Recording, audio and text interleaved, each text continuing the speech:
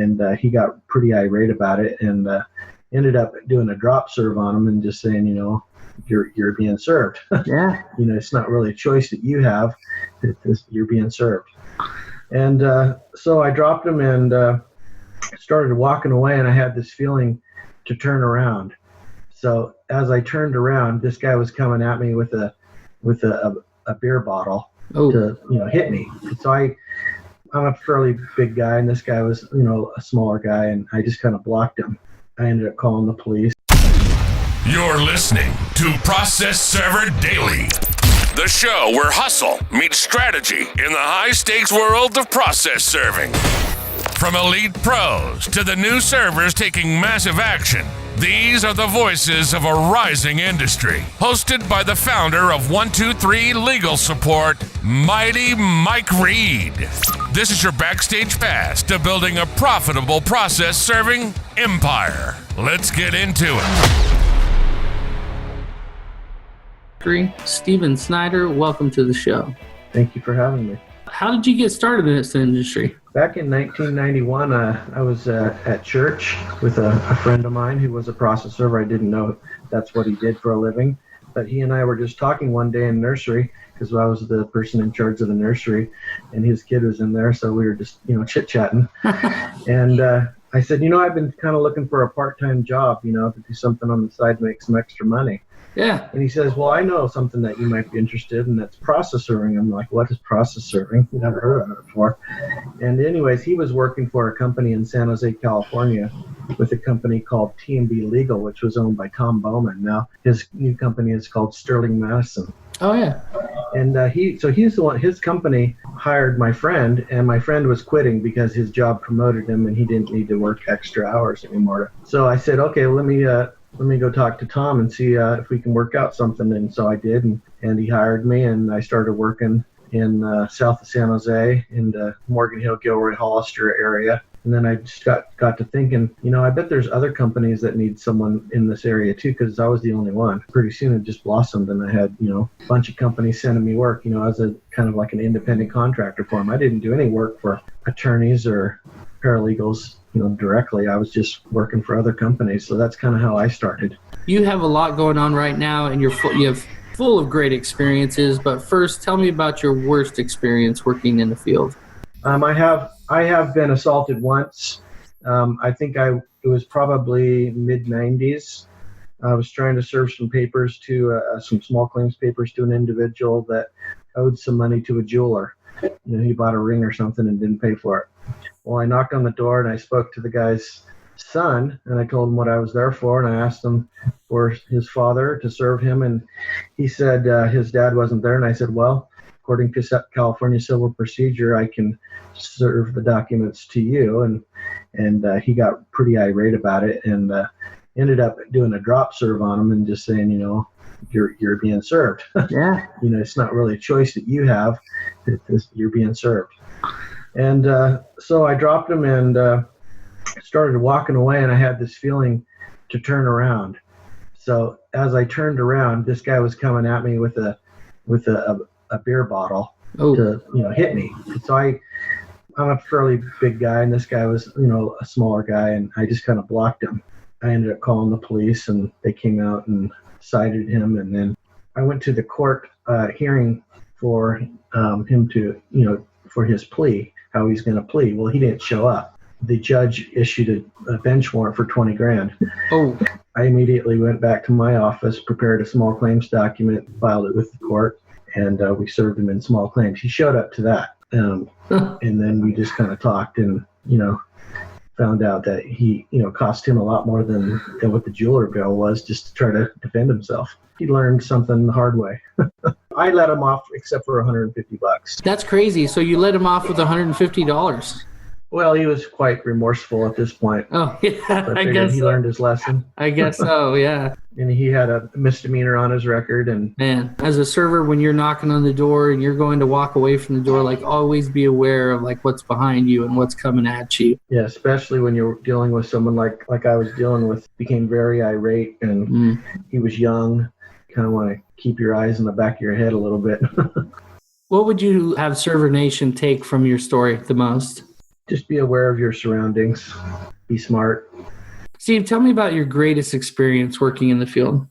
I think that the greatest experience is when I'm able to deal with persons directly, like what we call impro per, someone that's representing themselves, and we're able to be successful in helping them get something that they're owed. For example, I had a plaintiff come to me with a $30,000 judgment, and he didn't know how to collect from this guy. We did a few things, including recording the judgment, and it attached to the to the defendant's property, so that when he refinanced or sold, it would force him into paying the judgment. And so it was just a matter of preparing the abstract of judgment, recording it, and then within a few months, this guy ended up refinancing his home, and my client got $30,000 judgment. Oh, wow. I've been able to take people to the point of judgment very successfully, like getting their papers filed, getting them served, getting a judgment, and then kind of, other than evictions, obviously, getting a writ and lockout. But other than that, it's been pretty kind of like, I don't know, you got to find their bank account. So for servers like me, how I've been in the past, would you be a good contact then to say, hey, I know this guy, go ahead and contact this guy. He'll be able to find their bank. Well, I do have a service for finding bank accounts. I work with a private investigator out of Montana, and they've got some kind of software that they've developed, and they can find bank accounts. That's cool.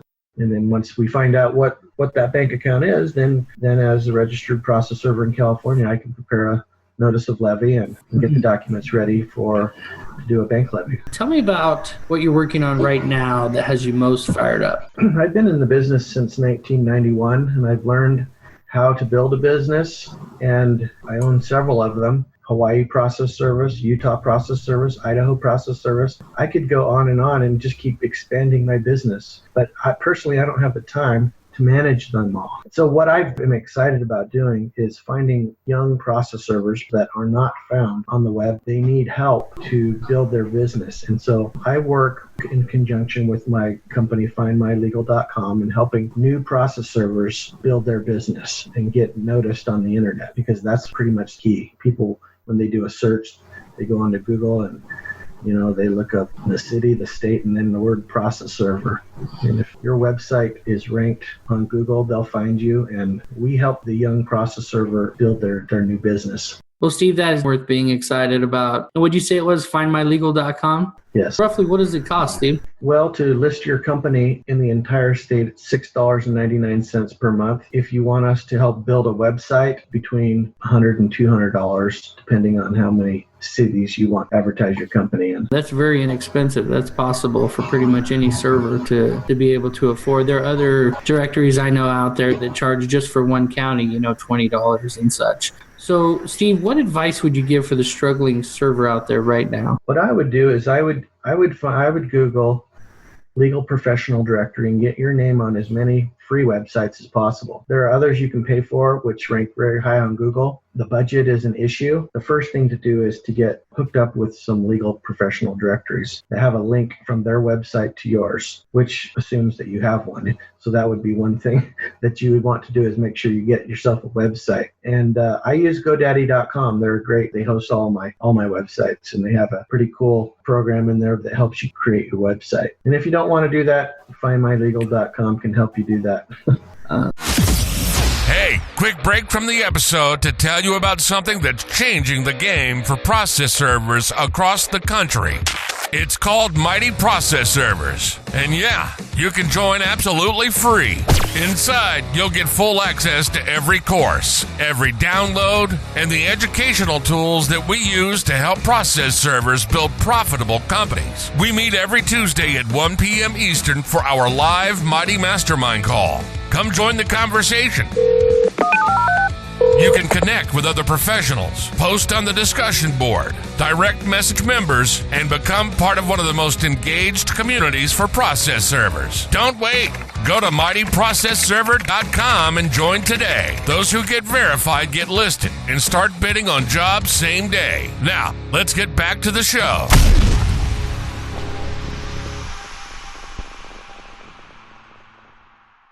Okay, welcome back to the show. Steve, are you ready for the rapid fire round? Excited about it. If you could recommend one app, what would it be and why? I'm a pretty simple guy. I just use Google Maps. It just tells me where to go. After I finish a serve, I put in the next address and tells me where to go. You know what they say, keep it super simple. KISS, right?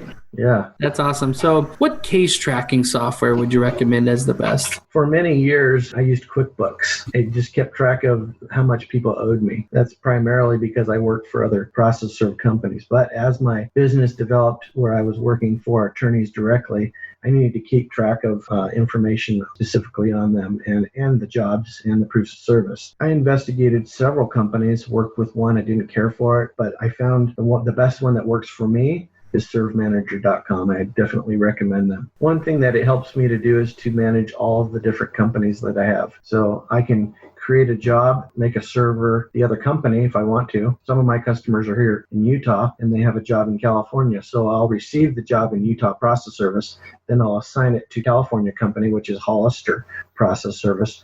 And then my secretary there will assign it to a process server. So we can kind of keep track of the chain of how the job was hired out. So you're using it also internally, not just like me getting a job, sending it out. This case tracking software not only tracks the serve to be able to send it to people, but you are also, with all of these softwares, you're able to create a proof of service, which for many servers is some of the biggest challenges. They're trying to find what document to put their proof of service on. Yes, the servemanager.com has a bunch of different proofs of service, a lot in California. The POS 010 for summons complaints, the small claims proof of service, and you can prepare all those proofs of service within the Serve Manager program and then save them. And then as the company that's prepared it, I can then email it to my server for them to print out or electronically sign directly on within the software, and then I can forward that proof of service directly to the customer. It's been a great resource for us here at 530 Process Servers.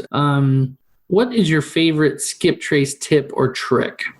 I use a company called IRB Search. Usually check someone out there first. If the information on there is not really clear, delve into some things deeper, like maybe going to the post office to verify some addresses with the postal verification form. That's great. And then I also check Facebook, check out to see where people might be working, because they always are real proud of where they work and they put down where it is, and then you can link to it. Yeah, another great Facebook tip or trick that I've found is if you feel like they're super secretive, but they usually will have their relationship status and they'll say married to Jane or whoever, you can go into Jane's, and a lot of times Jane isn't as secret, and then go to their profile and then you find out actually what street they live on based on photographs. I feel like as servers, sometimes we become professional stalkers and we can find anybody. That's kind of the goal, is to find them just to give them the papers and that's it, but you still found them. And so, yeah, any little bit of information that you can get will start to pinpoint where this person is. And that's the whole idea with skip tracing. That's right. I feel like maybe the theme of this episode is going to be keep it super simple and keep it back to the basics, because it's so important to at least know what you need to do. IRB is a great resource. It's one of my skip tracing softwares that I use as well. What is your favorite tool for defense? I would say common sense. That's good. Yeah, the common sense isn't too common anymore. What book would you recommend? That's a good question. I think any kind of book that can help you to focus on the day's activities, if that's the Bible or the Book of Mormon or whatever, you can read, to spend some time in the morning before you go out and take some time on reading something that's going to be uplifting to you, so you can clear your mind and so that you can be aware of your surroundings, during the day. There are many different books that help you become a better person. I feel like as a server, and just having a well-balanced life is really important. As a process server, we spend a lot of time on the road, in the car, maybe sometimes a lot of time away from our family. And I think starting your day off right, whether it's reading scriptures or meditating and those different types of things to help zero yourself, give yourself a foundation to build on, is very important. Thank you for that, Steve. Would you say that you have a mentor? Well, I always try to if I have a question about something, I'll usually go back to my source company. If I have a question about something, I'll go to another process server that I respect. I've used Tom Bowman's office, and I've used attorney service from Merced, they're pretty experienced too. And so, I usually bounce some ideas off of other process servers that have been in the business a while. So as far as process serving, I went to California, to get my CCPS license when I first started out. And the speaker there said that after you serve someone, get in the car and drive away. Don't try to do your notes right there. And I think there's wisdom in that, because if this guy figures out what you just did to him, you just served him papers, and he might become pretty upset and try to give them back to you. So if you're gone down the street, it's going to be harder for him to get to you. So I always try to drive a few hundred, maybe a couple hundred yards down the road and then write my notes. Yeah, that's been a good one. That's something that I learned as well. That's a really great tip, a great thing that every server needs to learn. You don't spend time sitting in front of the house. You don't spend time in a place that you may be in danger. I mean, if you're looking down at your notes, you're not really watching the house or watching the person that you just served. Just turn around the corner. I have a 2-corner policy. When I leave the house, I go one corner, another corner, and then I can pull over. Like, I'm going until I can pull down a side street somewhere, because that's safety is number one. Safety is the most important thing. Exactly. What would you do if you woke up today, had all the same skills and knowledge, had no clients, a smartphone, a car, and only $100? What would you do in the next 7 days? As far as process serving goes, I would first get myself a website. You can do that for under $100. If I was a brand new server, that's what I would do, is get myself a website and then develop it and help you move forward in starting a process serve company. Myself, during my 25 plus years, I have been diversified in other types of businesses. I'm also a tax preparer. I've driven Uber. Sometimes your business is a little slow at sometimes, and so you want to make sure you're diversified so that if your company does tank, that you have something else to fall back on. Steve, what I take most from your story is the idea that as a process server, you can't completely depend solely on getting a job every day that you're going to go out and serve. That it might be good to go out and get another. I know when I first started, I went and got my notary license. It wasn't a whole lot, but if it gave me 3 or 4 extra jobs a week, then it was worth it. So that's great. Preparing taxes, it doesn't necessarily correlate, but what's interesting is I bought a domain name, eFileToday.com. Thought, I'm going to just run with this e-filing thing. And then I started realizing that e-file is almost more recognizable to the tax filing industry than it is for the legal industry. Well, the knowledge I've gained from all the different employment has just been beneficial. So, because there are things that I've learned with being a tax preparer that have helped me with being a process server, and vice versa. Whatever you can do to gain knowledge, that's important. That's great, Steve. You've been dropping some major value bombs on us today, teaching us that keeping it simple is the most important, building a foundation for each day, finding ways to market yourself to other process serving companies, and then feeding off of each other, building a network, being able to get your name out there is really important. Steve, what is the best way that we can connect with you, and then we can say goodbye? Depending on which company you want to hire, you can go onto the web and look us up. My company in California is Hollister Process Service. You can phone me on my cell phone. I'll give that to you. It's 808-557-5615. If you have any questions about wanting some help building your new process serve company, I'd be glad to sit down and talk with you, no charge, and we can just go over what your goals are. And then I can make some suggestions on what you can do. And if you want to use my services to help build you a website, I'd be glad to help you out. Wow, Server Nation, if you heard that, you just heard that Mr. Snyder is willing to personally help you build your business. Steve, thank you again. You have a great day. We appreciate you being on. I'm glad that you had me on. It was an awesome experience. That's a wrap on another episode of Process Server Daily, where the legal support industry levels up. Want to grow your process serving business with the best marketing tools, the most engaged community, and the highest ranking directory online? Visit mightyprocessserver.com. Claim your listing. Join our free community. Surround yourself with process servers who get it and build something real. From the field to the courtroom, this is Process Server Daily. Until next time, stay safe out there and live mighty.